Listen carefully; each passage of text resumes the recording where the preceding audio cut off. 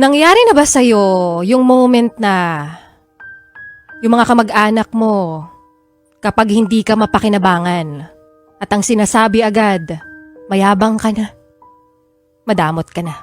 Meron ding ilang kamag-anak na gustong bumagsak ka. Gusto ibaba ka. Real talk lang naman, di ba? Na mas nakukuha mo pa yung suporta sa mga taong hindi mo kilala.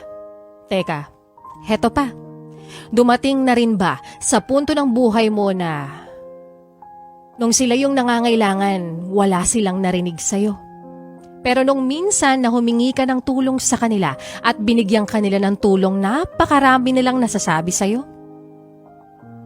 At kapag pinili mo naman maging masaya, gusto mo ng buhay na mapayapa, nagpakalayo-layo ka, nag-focus ka sa sarili mo. Kapag ginawa mong i-disconnect yung sarili mo sa kanila, susumbatan ka, nagmamataas ka na naman. Hindi ka na malapitan. Dahil ba ayaw nila na masaya ka? Yung mga matatanda na hindi ka pwedeng magpaliwanag sa kanila dahil kapag nagpaliwanag ka, sasabihing bastos ka? Dahil hindi pwede yun. Dahil bata ka, mas matanda sila, dapat sila ang tama.